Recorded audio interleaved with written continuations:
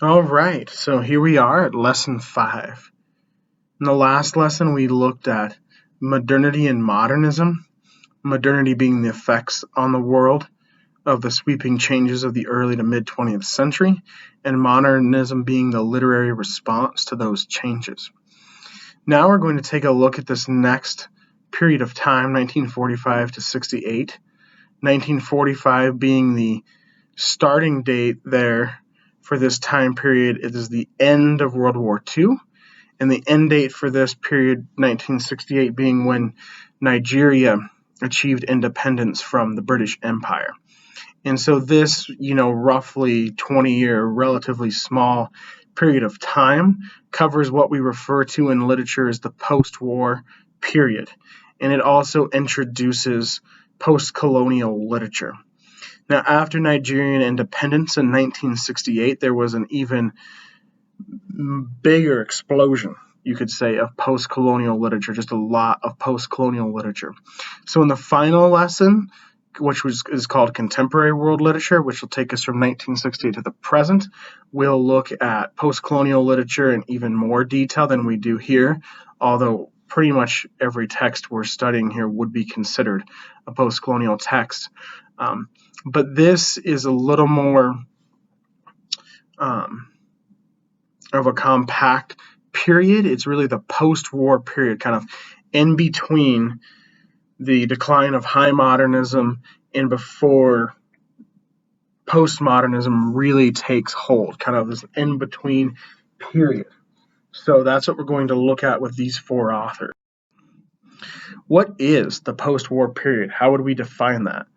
Well, it's the period after the Hot Wars, World War I and World War II, and during the Cold War, as well as the beginning of decolonization. It occurs while those two things are happening, the Cold War and the beginning of decolonization, and after the Hot Wars. Those terms, hot and cold wars, I have in quotes there because I've always thought they were kind of silly. But the idea being, a hot war is a war with actual combat. And then a Cold War is fought more politically and ideologically behind the lines, so to speak, rather than on the battlefield. Although, as we'll see in a minute, there were definitely hot wars that were part of the Cold War. And so a lot of what writers grappled with during this period were the lasting effects of World War I and World War II, as well as things you're probably familiar with from history classes that were happening in the 40s, 50s, and 60s. The Cold War, the rise and fall of communism, the explosion of cultural change in the 1960s. So let's look at some of these factors in more detail. An important term is spheres of influence. The world was, in a kind of broad sense, divided up, you could say, after World War II, with the Western nations being, the U.S. and Western Europe, coming together in the North Atlantic Treaty Organization, or NATO, and then the Eastern European countries coming together in a group called the Warsaw Pact. And, the divisions here were capitalist and communist. And so this is where the tension was, primarily between the U.S. and the USSR, but these other countries were also aligned. And so you had capitalist West versus communist East. These were the tensions in the Cold War.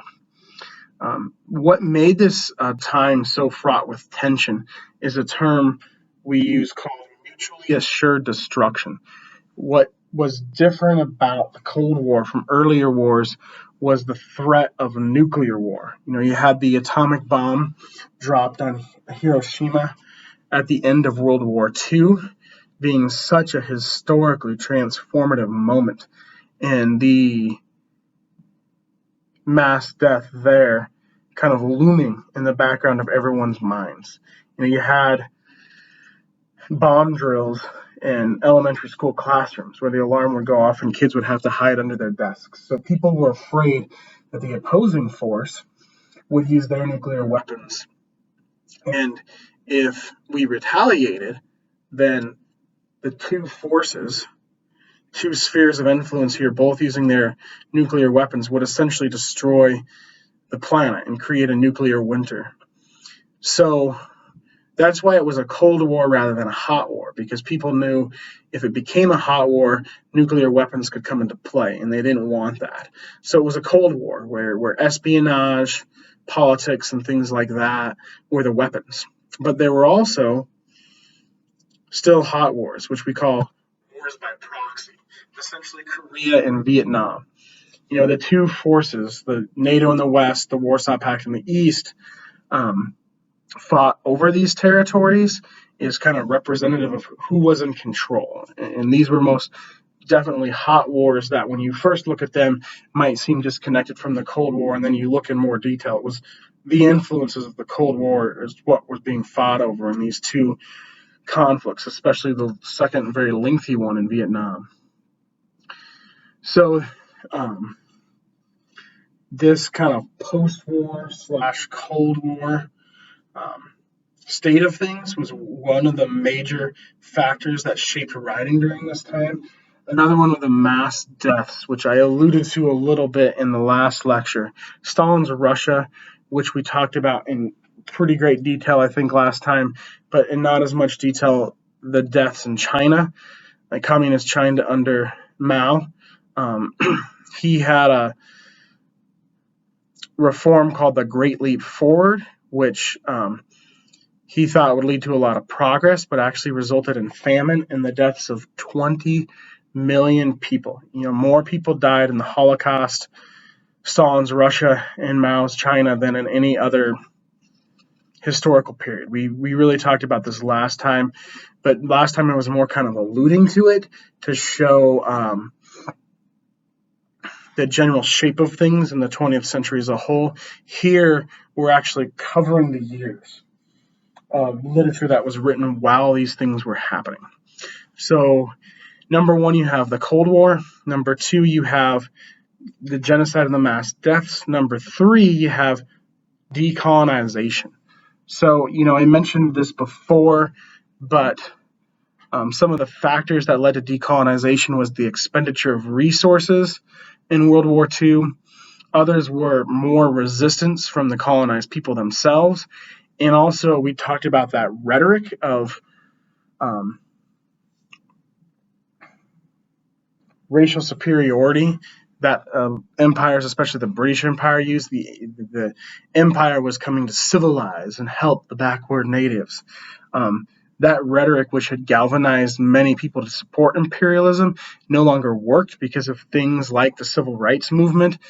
People saw the inherent racism in that kind of rhetoric, and so support from the subjects themselves fell away for empire. And so you had colony after colony, beginning with India in 1947, right after World War II, no longer being colonies. And so you move into like a decolonized, post-colonial state of existence, which is a very complicated existence because, like I said last time, you can't just go back to the way things were before. And there was all kinds of problems when the imperial overseers pulled out because they had created an economy and education systems and other things, and all of a sudden those are just gone. And you have people from the empire who lived there their whole lives and still living there, and all the intermixing of the imperials and the natives, etc. So it's a very just complicated process. Decolonization, probably one of the most complicated things ever to take place in world history. And so a lot of the results of that were internal conflicts, civil wars, the rising up of dictators, and then the U.S. and the USSR, or more broadly NATO and the Warsaw Pact, kind of vying over these countries, wanting them to join their alliances. I'm going to look real quickly at some other effects of decolonization.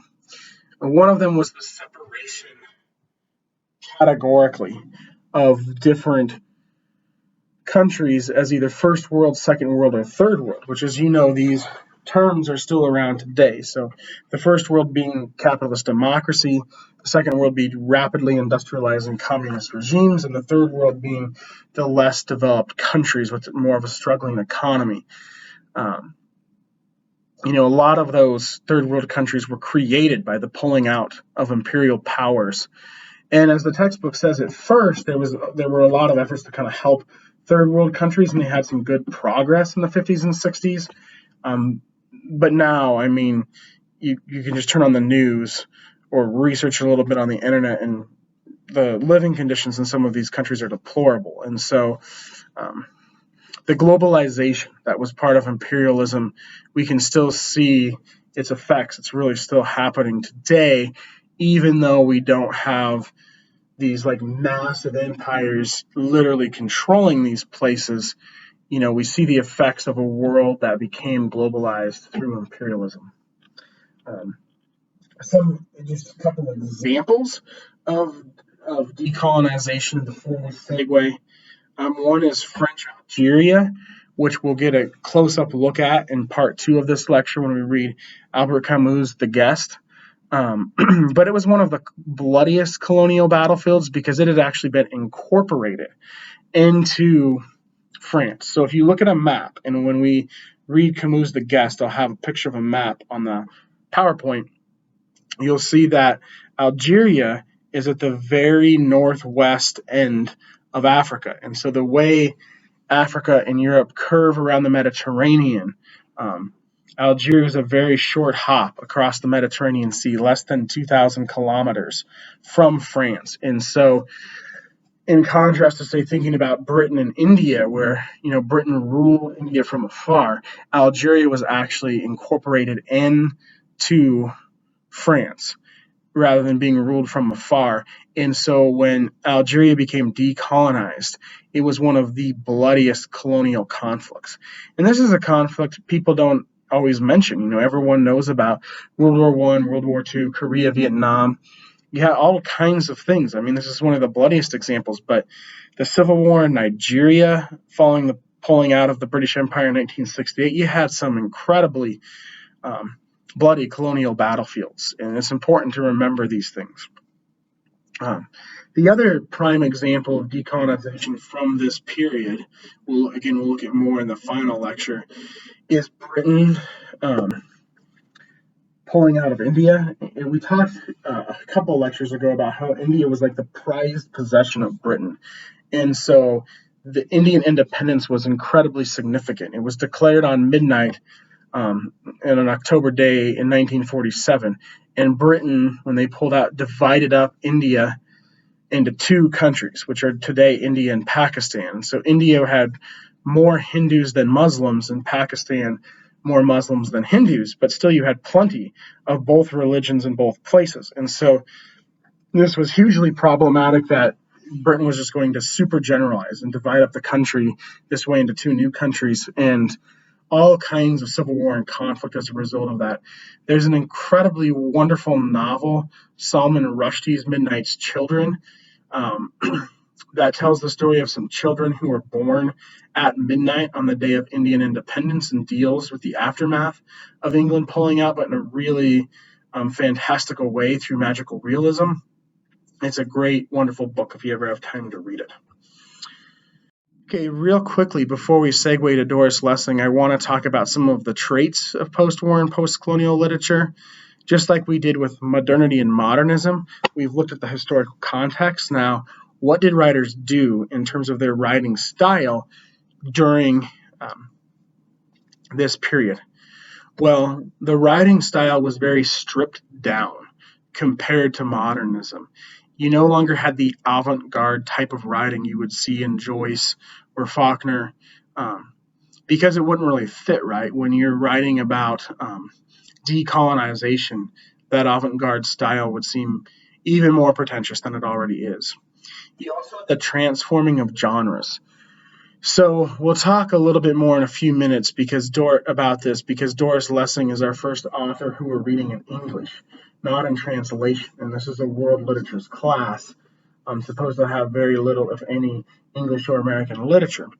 But the idea here is, as writers were starting to write post-colonial literature and in a decolonized context respond to the literature of the massive empires of the 19th century, They wanted to reappropriate and repurpose the genres of the colonizers.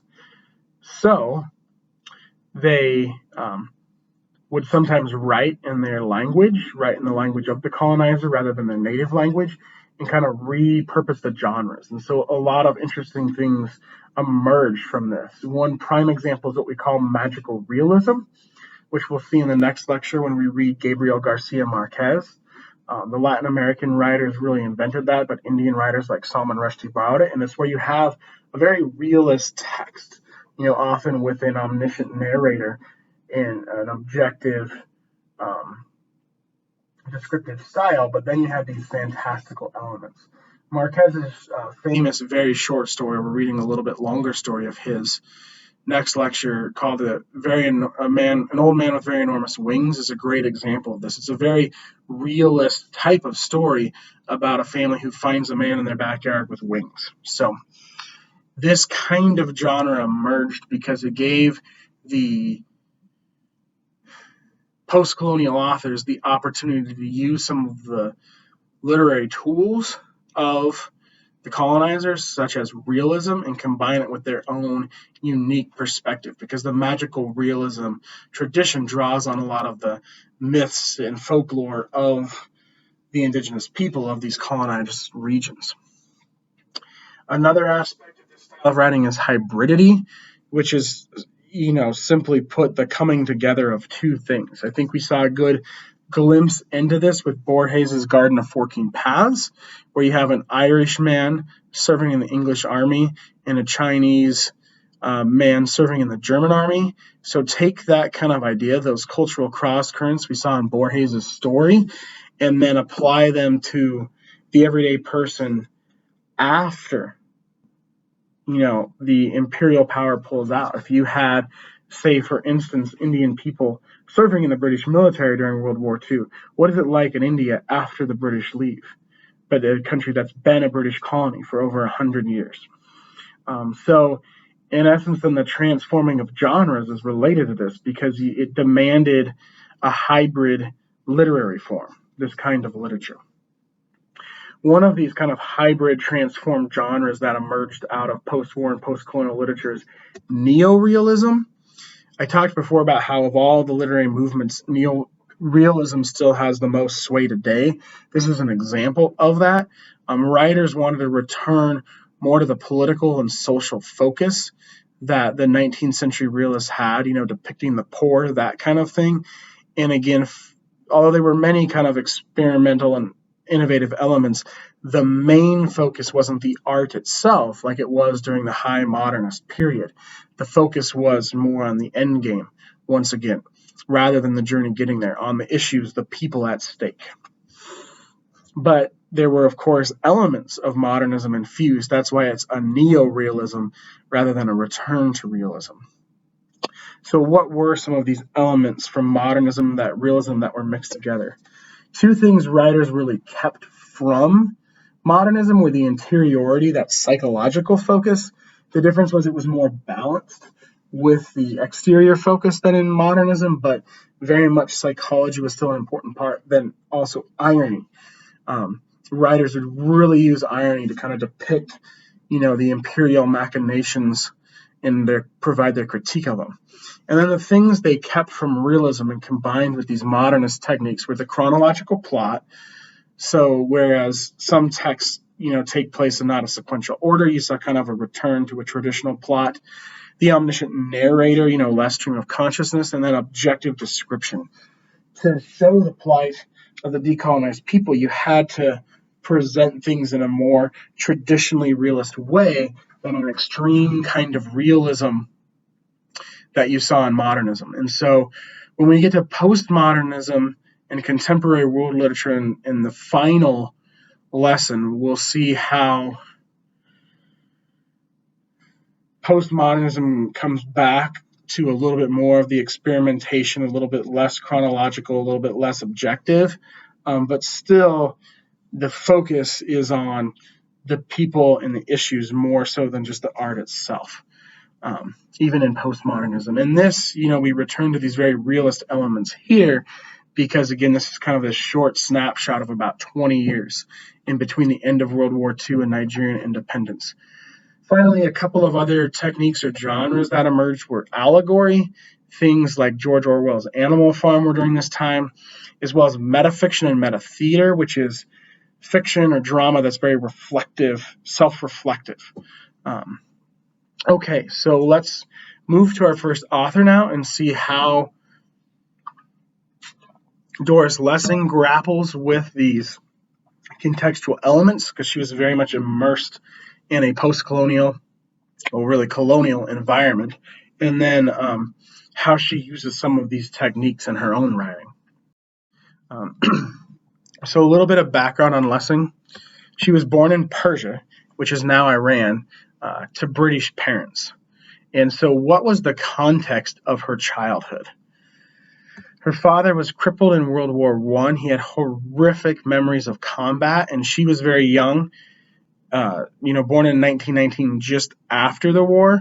So, these experiences that would haunt her father, in a way, haunted her, because she kind of experienced them a little bit vicariously through his father as he would talk about them, or she would see kind of the PTSD as a young child.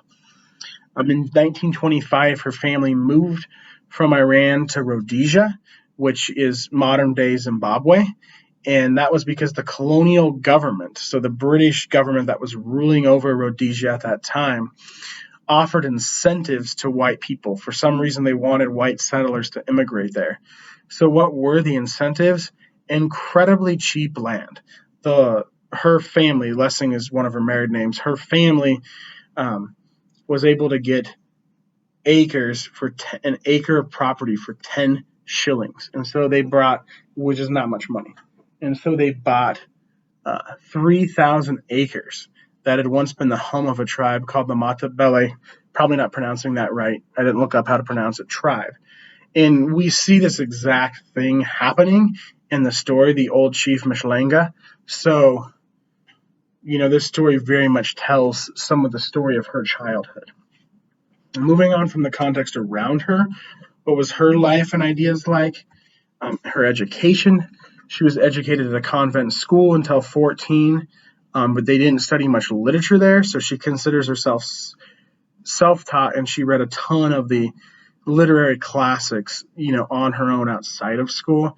Two of her favorite authors were the great Russian writers, one of whom we studied, Tolstoy and Dostoevsky, because she said they had a love of the people. And you can see in the writing that was their impetus for the social critiques they made. So I guess you could say there was a certain authenticity to their writing as they were critiquing, the circumstances around them.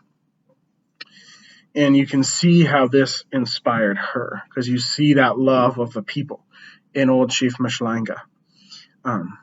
A little bit more back to the context.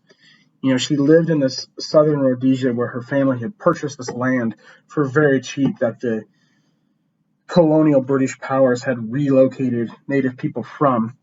And so she saw herself accurately. As she became an adult and became a writer, she gained this perspective. And so she considered herself a member of the white minority. And, the colonial rhetoric very much in her experience pitted the white minority against the black majority. And she thought the black majority was just abominably treated. And again, that comes through in the story. And I'm not having been through the experience myself. From what I've read about it, I'm sure that's a very accurate statement. And so it's very similar to, what was happening in South Africa, if you've read a little bit about that. Her career was characterized by activism, socially oriented writing, which you can clearly see here. And she was also a member of the Communist Party. And in 1949, she went to live in England after the end of her second marriage. And a couple times she tried to go back to Rhodesia.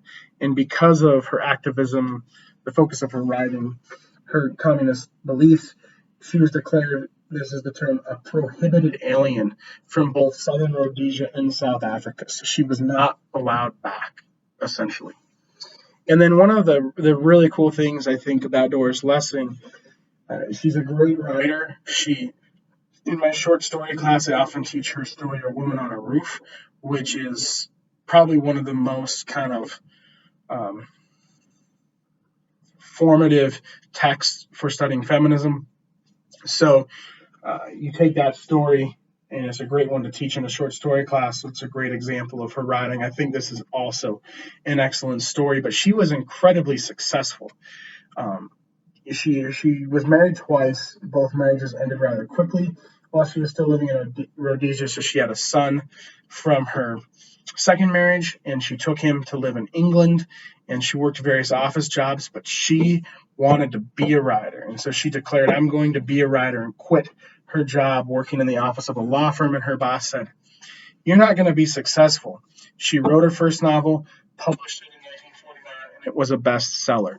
And she went on to write dozens of more novels over a long literary career. She won the Nobel Prize for Literature in 2007, and she lived, an incredibly long time. She was 94 years old when she finally passed about 7 years ago. So I just love that, she said, I'm going to be a writer. And her boss said, you won't have success. And then even her first novel was a huge success. I just love that, especially, as a woman in the 1940s, that's quite impressive. So she really has a skill, a knack for words. Before we look at the actual story, I want to give just a little bit more context because, as I said, this text is in this textbook because of the colonial setting and its place in world history and world literature.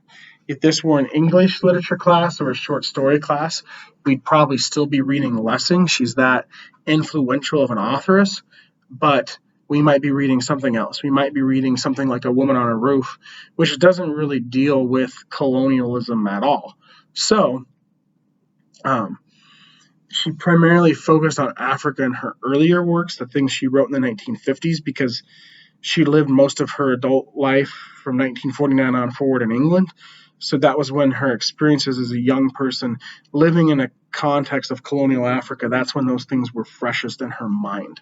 And as I said, this particular story is just very close to her own experiences. I would almost go so far as to say it's autobiographical. I don't know how much of this might have actually happened to her, but it very well could have. And so I just want to give a little bit of that context of her childhood. So Southern Rhodesia, where she lived, had the native people there had experienced a long active dispossession, which means the British Empire had slowly moved native people off of the land on which they lived. And this began with economic infiltration by white settlers under the leadership of the Chartered Company. So the Chartered Company was basically a company working for the British Empire that would say, hey, we will give you this land really cheap, because their idea was they wanted to take control of the land, so they needed settlers to live there. And so they didn't really care how much they sold it for. They just needed, white British settlers like Lessing and her parents to live there.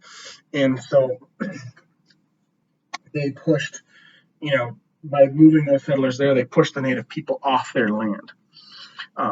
So that's an important thing to keep in mind. Lessing is not a native Rhodesian person. So this is technically a colonial story rather than a post-colonial story. You have all kinds of stories written in the British Empire during the 19th century that would be colonial stories, where they have, white British writers talking about the colonies and life there. So the works of Rudyard Kipling or other similar authors would be examples, things like the Jungle Book or Kim. But this is, 50 years after that. So this is a colonial story, but written kind of right at the end of colonialism by a person who, through her lived experience, seeing the changes coming at the end of colonialism, has great sympathy for the native people. So the company policies of this charter company segregated tracts of land. They literally divided up the land, and they called alienated land the land owned by white settlers, and unalienated land the land occupied by natives. Look at the differences between those two words, owned and occupied. Those two words are really significant. because it doesn't say owned by and owned by. And the ownership of land is crucial to understanding this story. So we'll talk about that more. So you had the policies there in an economic sense with point number 2 here.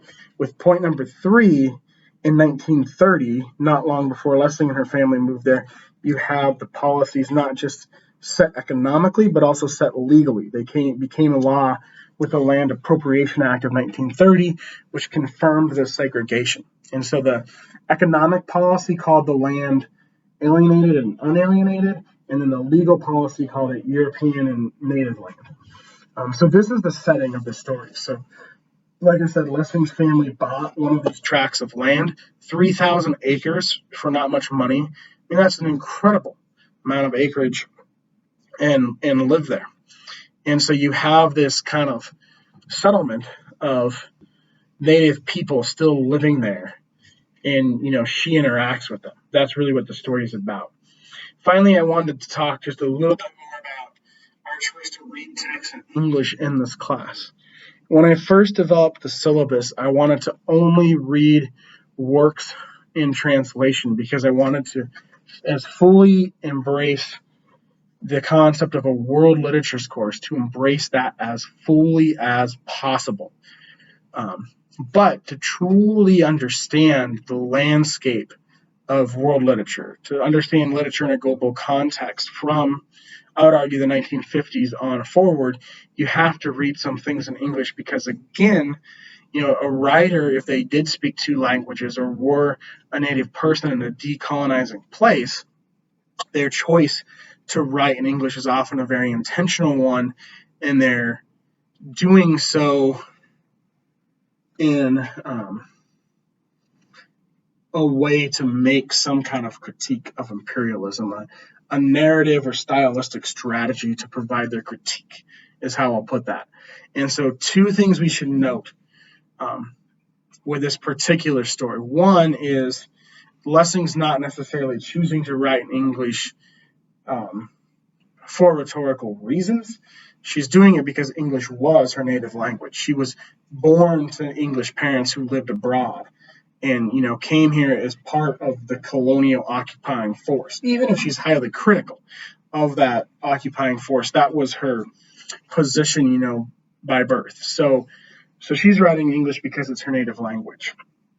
2, more generally, even though we're going to read a few things that are in English, not in translation, over these last few lessons, keep in mind that these are texts I've still very carefully selected to make sure we're not reading things you would get in the normal English and American literature survey courses.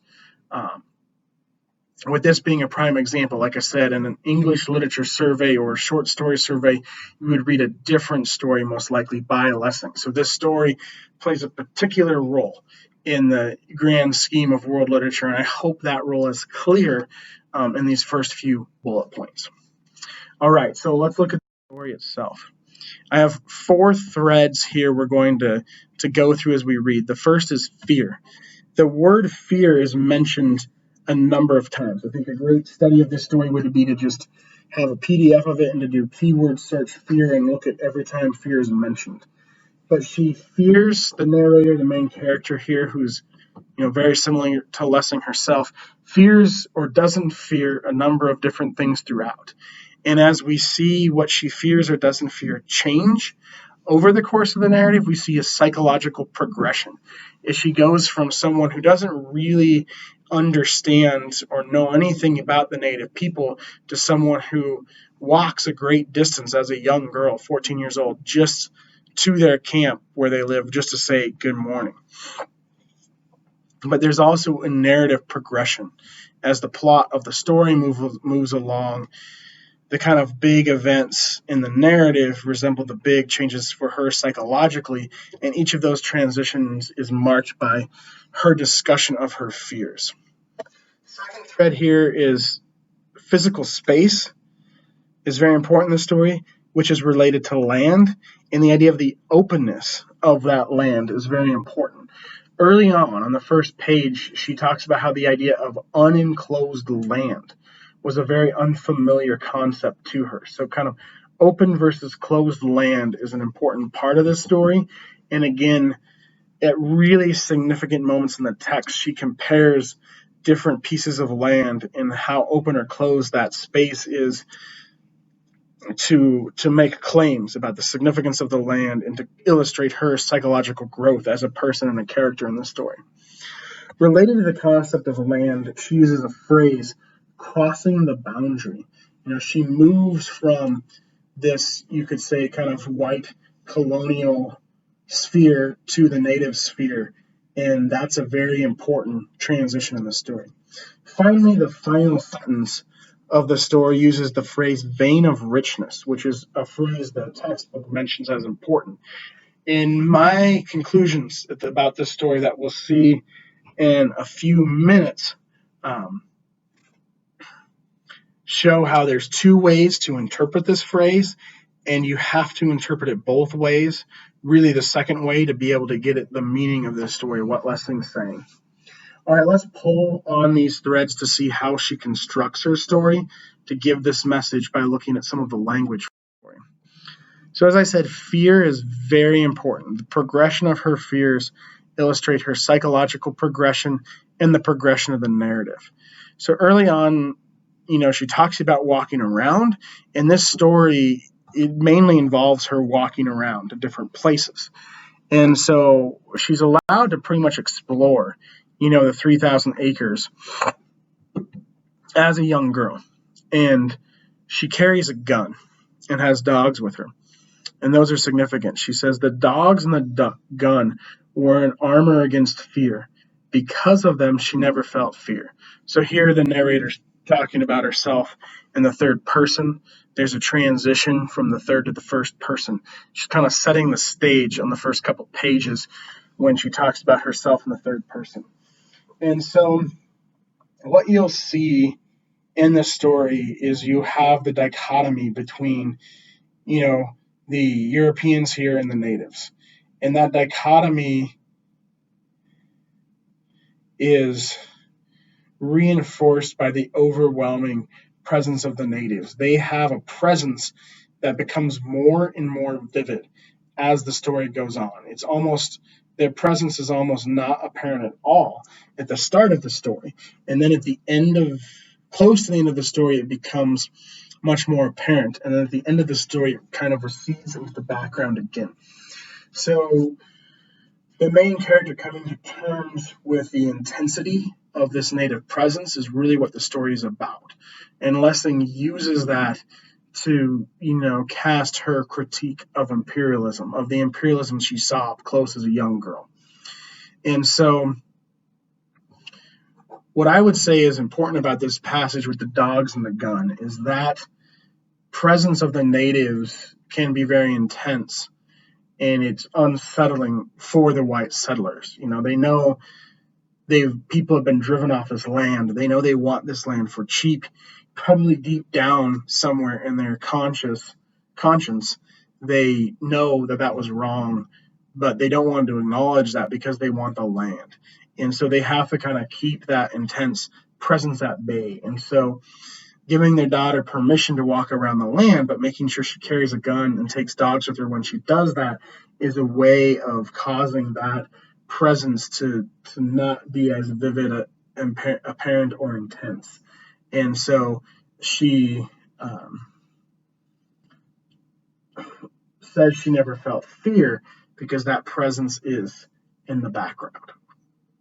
And you also have another direct discussion of fear later on that same page where she says, it was this instilled consciousness of danger, of something unpleasant, that made it easy to laugh out loud, crudely, if a servant made a mistake in his English or if he failed to understand an order. There's a certain kind of laughter that is fear, afraid of itself. So what you have here in the phrase, instilled consciousness of danger of something unpleasant, that's an incredibly important phrase. That's the intense native presence that the colonizers want to force into the background so they don't have to confront the immorality and barbarity of their actions. And so one way to do that there's a couple ways to do that. One is when you're walking around exploring to carry a gun and take dogs with you. Another way is when you are interacting with the natives, because they're your servants, is to mock them, make fun of them. And so you see in these early passages how the environment, the colonial environment, is one where colonizers use certain tactics to kind of keep their fear of the powerful native presence at bay. And these are instilled in the young girl who's growing up there, and as a very young girl in these passages is naive to the forces that are shaping her. What happens then is a couple of significant. So we have the context of her as a young girl there. The story then quickly transitions from the third person to the first person. She talks about her experiences as a 14-year-old girl. And this is when we start to see a shift in her perspective from the one we just established as someone who's using these tools to keep fear at bay. So when she's 14, she sees the chief Mishlonga for the first time, and she has an interaction with him where he does not immediately move off the path the way the natives are supposed to, as part of the colonial environment. And then when she hears the word chief, she knows this is among his own people, a very respected individual. And so her perspective about the colonial people and that world in which she's living slowly starts to change from this point on forward. And one of the really pivotal events is she learns that one of their servants, the cook, a relatively young man, is set to become the next chief because the chief is old, as the title says. And he asks for an extra half day of work so he can go to the settlement where his people live. And the mom asks, how can he get there so quickly in just half a day? And he says he has a bicycle. And so she basically watches where he goes because her interactions with her father have made her so curious about the native people that she wants to cross the boundary or the threshold here and see for herself. She's incredibly curious. So space, land, and the openness or lack thereof of land has been a theme throughout. We see that two versions of open or unopened land specifically juxtaposed when the narrator goes on her journey and crosses the boundary. So when she crosses the boundary, she says, she's now entered into the land that's considered more native land. This was government land, which had never been cultivated by white men. At first I could not understand why it was that appeared. In merely crossing the boundary, I had entered a completely fresh type of landscape. It was a wide green valley where a small river sparkled, and vivid water birds darted over the rushes. The grass was thick and soft to my calves. The trees stood tall and shapely. So contrasting the two versions of the land here, look at what she says at the start of the next paragraph. I was used to our farm, whose hundreds of acres of harsh eroded soil bore trees that had been cut for the mine furnaces that grow thin and twisted. So this is the more native land. I think that term spheres of influence from the background and context is really helpful here because we're not talking about the U.S. and the USSR now, but we're talking about, settler versus native land. And so two kind of spheres of influence. The boundary of the two pieces of land is not necessarily clearly demarcated because at this point in the story, the natives are still basically living on the acres that belong to the settlers. That's why there's some, interaction. So even though the boundary is not necessarily that clearly demarcated, you still have two very separate spheres of influence here. And so she crosses the boundary or the threshold here from, what in legal and economic terms is alienated European land to unalienated native space, really spheres of influence.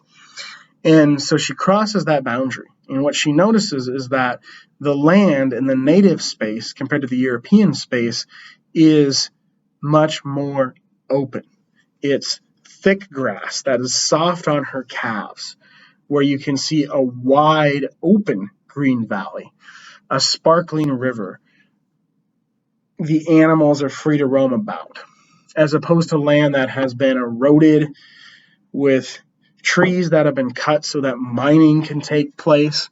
Huge difference here. And so that's really important to understanding kind of the natives are representative of the natural land, the way it was unaffected by colonization. She's found like this kind of spot that's unaffected by colonization so far.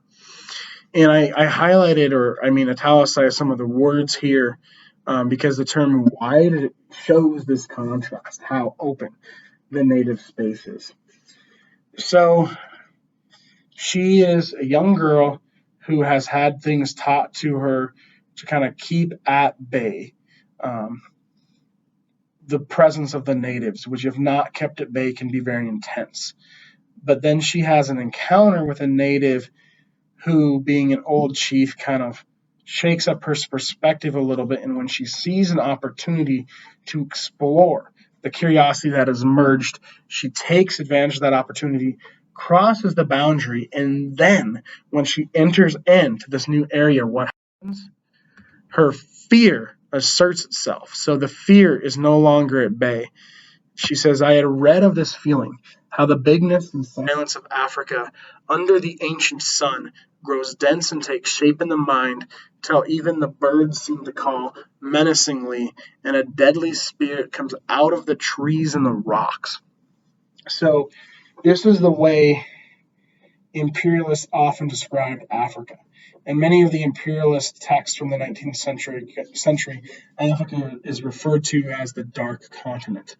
And we've seen that so much of imperialism can only take place when the native population is relocated, killed, or I would use the term here, subdued, made to fade into the background. So the subdued native presence is reasserting itself here. And as a person who lives in the colonial realm, this is incredibly terrifying to her. That's why fear is important to the story. But what happens next is really significant. She pushes on and she arrives at the place where the natives live. And it's an incredibly far distance. They're shocked to see her there. She has one piece of dialogue with the chief where they say good morning to each other, which is what they said to each other earlier in the story when she first met him on the path she normally walks in her sphere of influence. And so she's crossed this threshold. She's confronted the fear.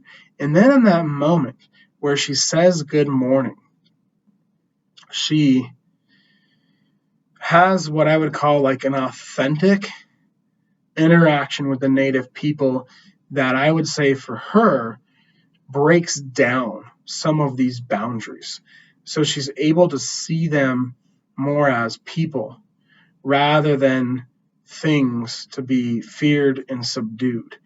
And that's an incredibly important psychological change for our narrator. But it's not the end of the story. So what happens at the end of the story? Well, there's a dispute over goats. They do some damage to her father's property, and he demands that he keep the goats or the natives pay for the damage. The natives can't pay for the damage. So he's basically saying, I get to keep these goats. And there's a huge debate between him and the chief. And what happens is at the end of that debate, the chief leaves, is unsettled. They're not in agreement. Her father wants to keep the goats. The chief wants the goats back. So at the end of that debate, he says, the chief says, this is our land. That's incredibly significant. And one thing I've learned studying post-colonial literature and really studying Native American literature is that many natives in colonized places have a very different view of how land is defined versus the view held by the colonizers. And if you read Native American literature on the ownership of land, one thing you'll notice is that Native Americans, and I know we're not talking about Native Americans in this particular story, I'm using an analogy. Native Americans, most of them did not believe land could be owned. I mean, think about it. They grew up on the land, they were born there, they lived there. They never purchased it, they never gave money for anyone. As Western U.S. citizens in the 21st century, the ownership of land is something innate to us. I just bought a house earlier this year. I paid money to the bank, to the mortgage company, and now I technically own this piece of land. I can do whatever I want on it. If I want to build something on it, I can.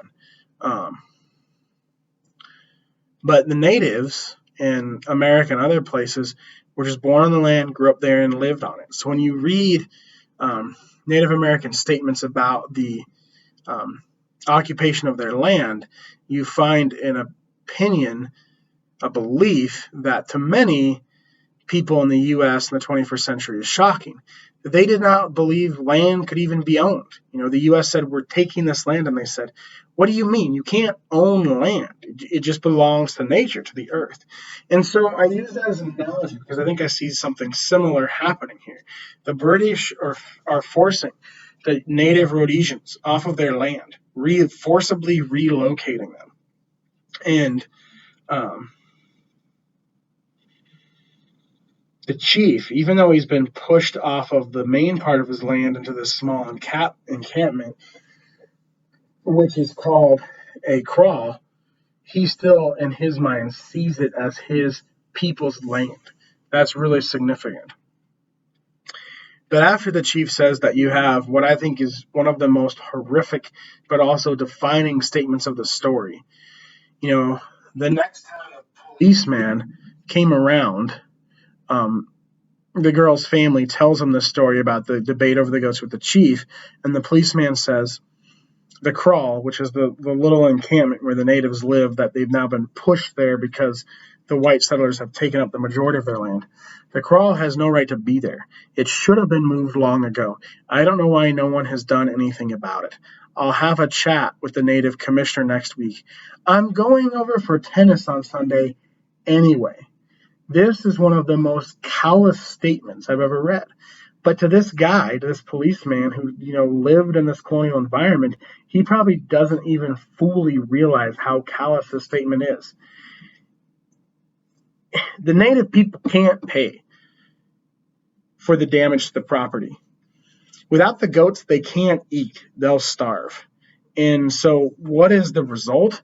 Well, and just a very callous statement, treating where these people will live as such a simple matter that I'm going over to play tennis with the guy anyway. I'll just bring it up. And these people are then forcibly relocated off their native land. I mean, this is a simple statement. This is not poetry. This is not one of the great quotes of classic literature. But in this statement, the brutality of imperialism is so very clear. That's part of the genius of Lessing's relatively simple story that we have in front of us. And so what we're really talking about here, and why I brought up, Native Americans as an analogy, and in our final lecture, we'll read a Native American story to also see the place Native American literature has in global world literature, is forced relocation. One force taking people who have lived on a certain land all their lives and forcibly moving them. And as one of my favorite characters, Jean-Luc Picard, says, the forced relocation of a people is never an acceptable thing. So this is right at the end of the story. How does the story end?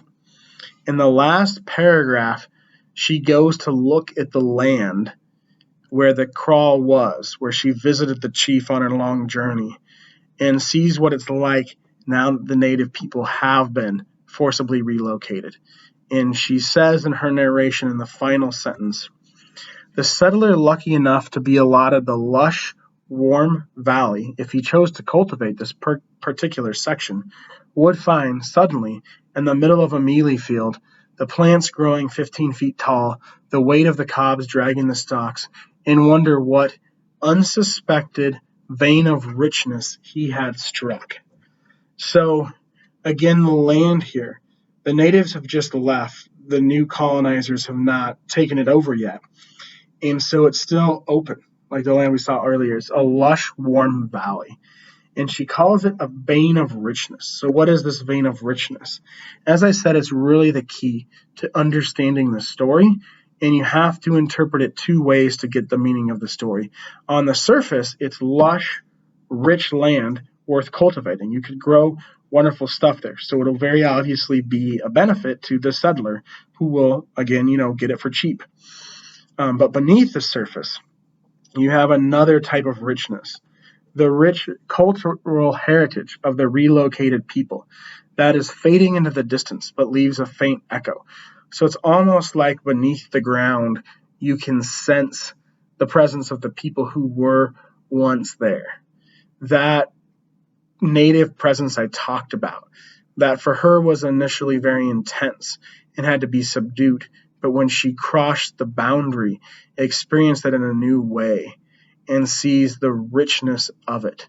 And it is faded into the distance because these people have been forcibly relocated, but it can never be completely gone, I would argue. So whoever comes to live on this land will see the vague impression of it. And if they were to really explore that vague impression, not fear it anymore, really explore the way this little girl did briefly in this short story, they would see the true richness of it, which is the true vein of riches. It's not just the lush, warm land, even though the lush, warm land represents the true richness beneath. And so that's how Lessing, from a colonial perspective, casts an anti-imperialist critique of the environment in which she grew up.